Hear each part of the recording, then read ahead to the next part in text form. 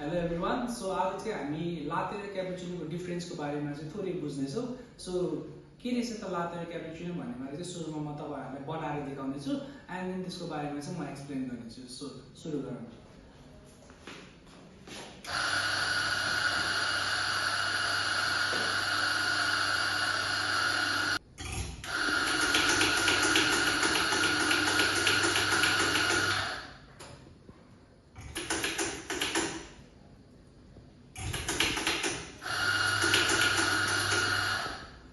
सुरुमा चाहिँ मैले लाते बनाउन लागिरहेको छु अनि हामीले प्रपर कफी लिनुपर्छ. कफी लिसकेपछि चाहिँ ग्राइन्ड गरेर कफी लिसकेपछि ट्याम्पिङ गर्ने अनि राम्रोसँग ट्याम्पिङ फिक्स गरेर चाहिँ हामीले एस्प्रेसो झार्छौँ.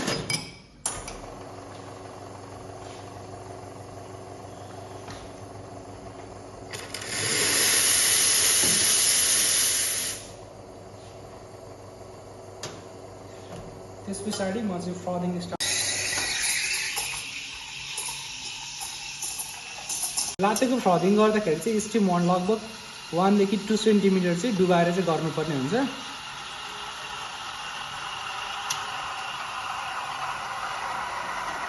हाम्रो milk around 60 to 70 degree Celsius भएपछि यसलाई अफ गरेर चाहिँ हामीले पर्च गर्नुपर्ने हुन्छ. सो मिल्कसँग चाहिँ राम्रोसँग मिक्सिङ गर्न पर्यो. एस्प्रेसो र मिल्क राम्रोसँग मिक्सिङ गर्ने अनि त्यसपछि म चाहिँ टुलिप आर्ट बनाउन गइरहेको छु.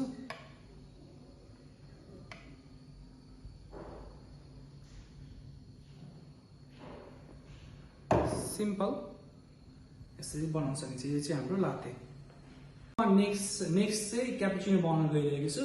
क्यापुचिनो बनाउन लागि चाहिँ म सिंगल शट एस्प्रेसो लिने गर्छु. सिंगल शट एस्प्रेसो हाल्छु.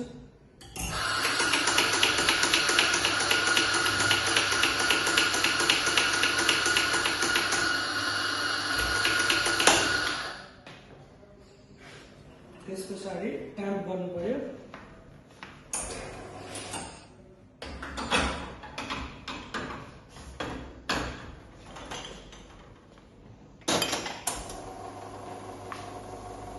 सो क्यापुचिनोको फ्रदिङ गर्दाखेरि चाहिँ हामीले चाहिँ मिल्कले चाहिँ 1 सेन्टिमिटर हामीले चाहिँ मिल्कमा चाहिँ 1 सेन्टिमिटर मात्रै थोरै मात्रै डुबाएर चाहिँ गर्नुपर्ने हुन्छ, जसले गर्दाखेरि चाहिँ हाम्रो फ्रद चाहिँ बाक्लो हुने गर्छ.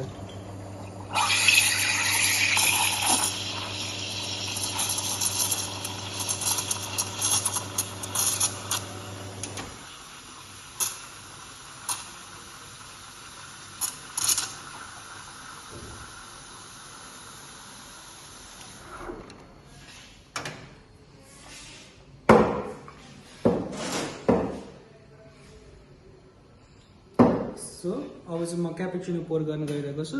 यो चाहिँ अलिकति एकदम बाक्लो सिल्की फ्रदिङ हुने गर्दाखेरि चाहिँ यसमा चाहिँ आर्टहरू बस्न अलिकति गाह्रो मान्ने गर्छ, बट ट्राई चाहिँ गर्न सक्नुहुन्छ. यो चाहिँ क्यापुचिनो.